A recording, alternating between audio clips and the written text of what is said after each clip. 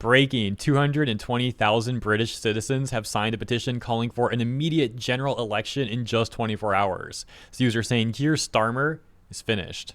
As of recording, you can see the petition is now quickly getting up towards 300,000 signatures. And so there's a combination of factors here. I'm not going to pretend like I know everything going on in UK politics, but some of the main issues that I've seen lately are, as we've been discussing, for example, UK's Online Safety Act, which is being rolled out on the population, as well as a lot of critiques people have towards the UK's policies regarding asylum seekers. On the note about the Online Safety Act, for example, we talked about this a few days ago, where the White House warned Starmer stop threatening U.S. tech companies' free speech, because not only are they trying to police their own citizens, but they're also trying to intimidate American companies into bowing down to the censorship that they're demanding. For example, we saw emails that Rumble had gotten from UK's Office of Communications, where they were, as mentioned, trying to essentially intimidate Rumble into censoring the platform. One of the responses from Rumble is this email, which I found to be rather hilarious, really. It's a pretty funny response. I'll just read it really quick for anyone who missed this in the prior coverage. It says, "Dear Redacted," presumably a member of Ofcom. And so Rumble says to that member of Ofcom, "Dear Redacted, thank you for your follow-up email. Rumble has not finally determined whether the Online Safety Act applies to us, but we are inclined at this point in time to think that it does not.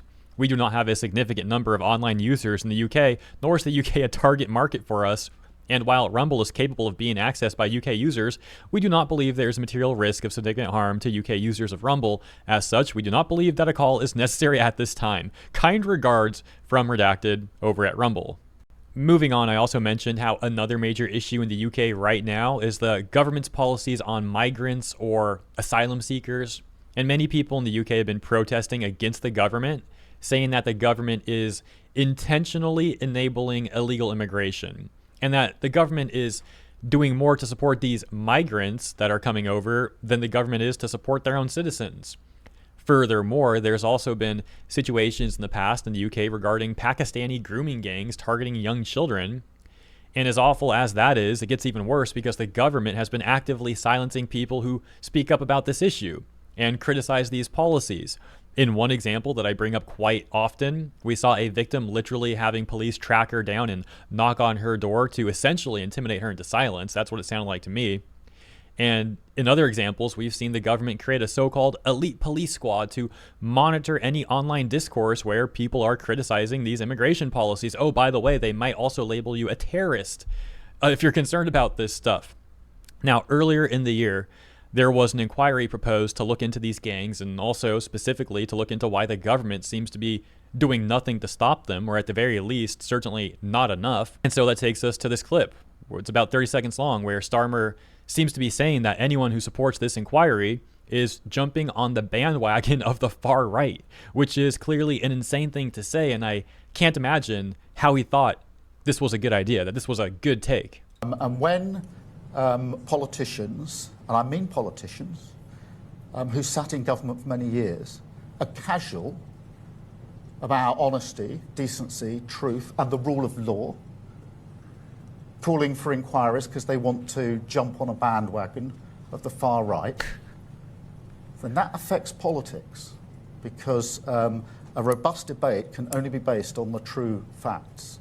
I don't know why you see this so often these days, where someone will do something completely reasonable, like wanting to protect children from these horrible things, and then for some reason they'll get labeled like a Nazi or like far right or alt right. Pick whatever buzzword you want to use, because unfortunately these things have just become buzzwords nowadays. And so, yeah, as mentioned, now we've got protests all across Britain, saying breaking massive protests all over Britain today to close the borders. You probably won't see this on the BBC. Then I want to show you guys this one really quick. I thought this lady was a complete Chad. Classy lady here protesting, and there was a bunch of counter protesters here too. So she was essentially alone by herself protesting the situation with these migrants, while a bunch of counter protesters were there, apparently some like anti-fun stuff too, but she just goes right up with the Union Jack, just holds it with full confidence. They're holding banners and placards. Here's a woman holding a Union Jack defiantly, with squaring off against masked Antifa members. Can we see your sign, please, madam? Madam. It says.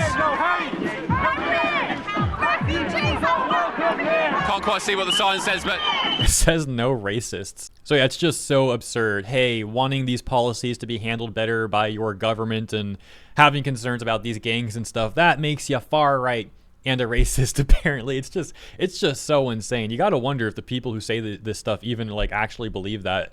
Like, are they actually that crazy, or is it like bad faith or something? I don't even know. Maybe both. I mean, you got to be a little messed up upstairs to do this even in bad faith, I would imagine. But yeah, we'll watch like, I don't know, 10 more seconds or so. Can't quite see what the sign says, but literally swearing off here, alone. I mean, it's the personification of Britain at the moment. A lone British woman, you know, by herself, defiantly holding up a Union Jack flag against a sea of Antifa masked protesters. Here's another example of why people are protesting from just a few days ago. Telegraph had said migrant staying in hotel tried to kidnap girl 10 years old. A migrant staying in a hotel in Greater Manchester has been charged with attempting to kidnap a 10-year-old girl. Idris Abdelrazig, 30, allegedly tried to abduct the girl in Stockport on July 13th while she was out with her father. Mr. Abdelrazig is a Sudanese national who had been staying in a 3-star, €100 a night hotel, the Sun reported. This tweet points that out in a video where this woman talks about how there are literal schools in the UK. For example, Birmingham Schools of Sanctuary, which their bio says encouraging schools across the region to promote welcome, inclusion, and awareness for people seeking sanctuary. And they're having these little kids make heart-shaped cards. I'm trying to find the part of this video. Here we go. And some of these messages they've written are so political in nature too. There's one that says, "Stop the Rwanda scheme." Others say, "I love refugee rights." Schools and nurseries take part in Schools of Sanctuaries, the scheme run by City of Sanctuary UK. Here's another example. Little kid holding up a card that says, "I love refugee rights." Here's some more examples of the cards, all shaped like hearts with an arrow going through it too, saying it's like a Valentine's card. Now, call me crazy, but I don't think a little kid would like randomly get the idea, oh, I want to make a heart-shaped card to send to migrants, to these asylum seekers. This seems like something most likely that adults were compelling these children to do. And if you really want to say, you could probably even argue that they're grooming these children into making political statements. And that's already weird enough. But then on top of that, these same people tend to be radio silent about the actual horrific things that are being done to children. And if anything, they demonize the people speaking out about it.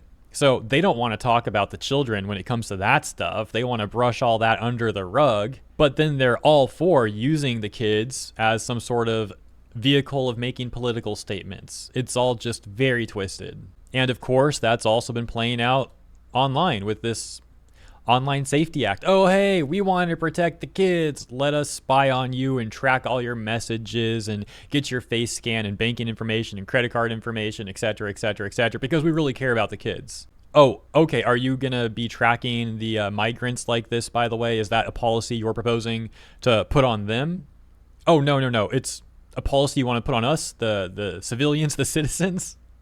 So put those guys up in hotels, and the ones that do horrific things, we're going to try and brush under the rug.